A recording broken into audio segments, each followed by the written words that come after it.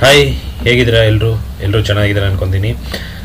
Last ವಿಡಿಯೋದಲ್ಲಿ ನಾವೇನಂತಂದರೆ ಒಂದೇ ಹೋಸ್ಟಿಂಗಲ್ಲಿ ಯಾವ ಥರ ನಾವು ಮಲ್ಟಿಪಲ್ ಡೊಮೇನನ್ನು ಪರ್ಚೇಸ್ ಮಾಡ್ಬೋದು ಅಂತ ತೋರಿಸಿದ್ದೆ.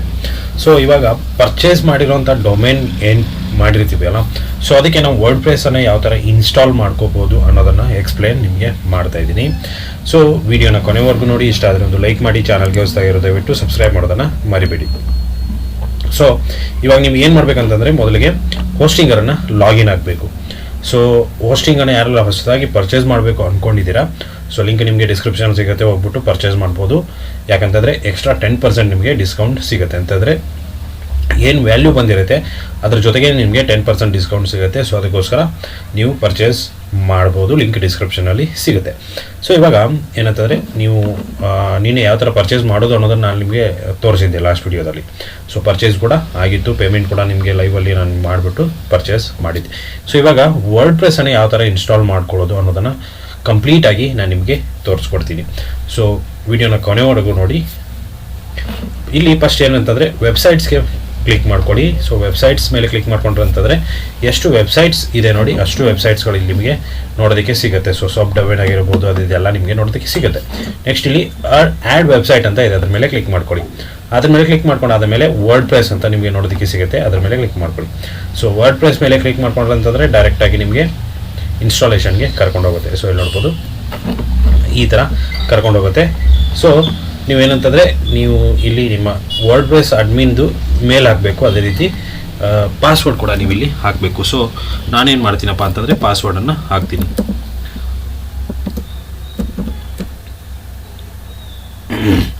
ಸೊ ಪಾಸ್ವರ್ಡ್ ನಿಮಗೆ ನೆನಪಿರೋಂಥದ್ದು ಪಾಸ್ವರ್ಡನ್ನು ಹಾಕಿ. ನೆಕ್ಸ್ಟು ನೀವು ಇಲ್ಲಿ ಇಮೇಲ್ ಐ ಡಿ ಅದು ಆಟೋಮೆಟಿಕ್ಲಿ ಇರುತ್ತೆ.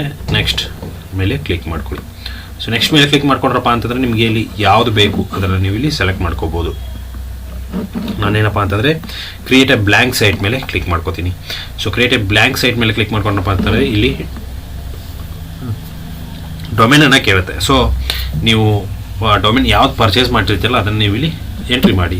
ಸಿಂಪಲ್ಲಾಗಿ ಎಂಟ್ರಿ ಮಾಡಿದ್ರಪ್ಪ ಅಂತಂದರೆ ಆಟೋಮೆಟಿಕಲಿ ಬರುತ್ತೆ. ನೋಡ್ಬೋದು rsshoppy.com ನಾನು ಮೊನ್ನೆ ಪರ್ಚೇಸ್ ಮಾಡಿದ್ದೆ.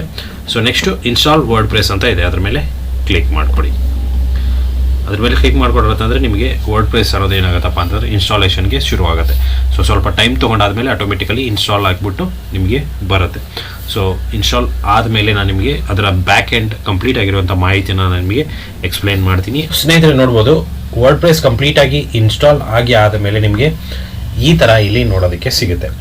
ಸೊ ಡೈರೆಕ್ಟಾಗಿ ಇನ್ಸ್ಟಾಲ್ ಆದಮೇಲೆ ಇದು ಏನು ಆಗುತ್ತಪ್ಪ ಅಂದರೆ ಡೈರೆಕ್ಟಾಗಿ ವರ್ಡ್ ಪ್ರೆಸ್ ಬ್ಯಾಕ್ ಎಂಡ್ಗೆ ಬಂದುಬಿಡುತ್ತೆ. ಸೊ ಇಲ್ಲಿ ನೋಡ್ಬೋದು, ಇದು ವರ್ಡ್ ಪ್ರೆಸ್ದು ಬ್ಯಾಕ್ ಎಂಡ್ ಇದು. ಸೊ ಇಲ್ಲಿ ನಾವು ಏನಪ್ಪ ಅಂತಂದರೆ ಕಂಪ್ಲೀಟ್ ಆಗಿರುವಂಥ ಒಂದು ನಮ್ಮ ವರ್ಡ್ ಪ್ರೆಸ್ ಅಂದರೆ ವೆಬ್ಸೈಟ್ ಅಥವಾ ಬ್ಲಾಗ್ ಏನೇ ಇದ್ರೂ ನಾವಿಲ್ಲಿ ಡಿಸೈನ್ ಮಾಡ್ಕೋತೀವಿ.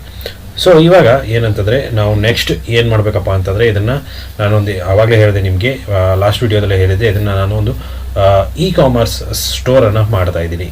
ಸೊ ನೆಕ್ಸ್ಟ್ ಬರೋವಂಥ ವೀಡಿಯೋಸ್ಗಳಲ್ಲಿ ಏನಪ್ಪ ಅಂತಂದರೆ ಒಂದೊಂದಾಗಿ ಎಕ್ಸ್ಪ್ಲೈನ್ ಮಾಡ್ತೀನಿ. ಯಾವ ಥರ ಇ ಕಾಮರ್ಸ್ ಸ್ಟೋರನ್ನು ಕ್ರಿಯೇಟ್ ಮಾಡೋದು, ಯಾವ ಥರ ಪೇಮೆಂಟು, ಯಾವ ಥರ ಶಿಪ್ಪಿಂಗು, ಅದೆಲ್ಲ ಕಂಪ್ಲೀಟ್ ಆಗಿರುವಂಥ ಮಾಹಿತಿನ ನಿಮಗೆ ಸ್ಟೆಪ್ ಬೈ ಸ್ಟೆಪ್ ಆಗಿರೋಂಥ ವೀಡಿಯೋಸ್ಗಳು ನಿಮಗೆ ಬರ್ತಾ ಹೋಗುತ್ತೆ. ಸೊ ಇವತ್ತಿನ ವಿಡಿಯೋ ಏನಂತಂದರೆ ಸಿಂಪಲ್ ಆಗಿರೋವಂಥ ಏನಂದರೆ ವರ್ಡ್ ಪ್ರೆಸನ್ನು ಯಾವ ಥರ ನಾವು ಇನ್ಸ್ಟಾಲ್ ಮಾಡ್ಕೊಳ್ಳೋದು ಆಲ್ರೆಡಿ ಪರ್ಚೇಸ್ ಮಾಡಿರೋವಂಥದ್ದಕ್ಕೆ. ಸೊ ಇಷ್ಟು ಇವತ್ತಿನ ವಿಡಿಯೋ ಸ್ನೇಹಿತರೆ. ವಿಡಿಯೋ ಇಷ್ಟ ಆಗಿದೆ ಅಂದ್ಕೊಂಡಿದ್ದೀನಿ. ಇಷ್ಟ ಆಗಿದ್ರೆ ಲೈಕ್ ಮಾಡಿ, ಶೇರ್ ಮಾಡಿ, ಸಬ್ಸ್ಕ್ರೈಬ್ ಮಾಡೋದನ್ನು ಮರಿಬೇಡಿ. Thank you so much.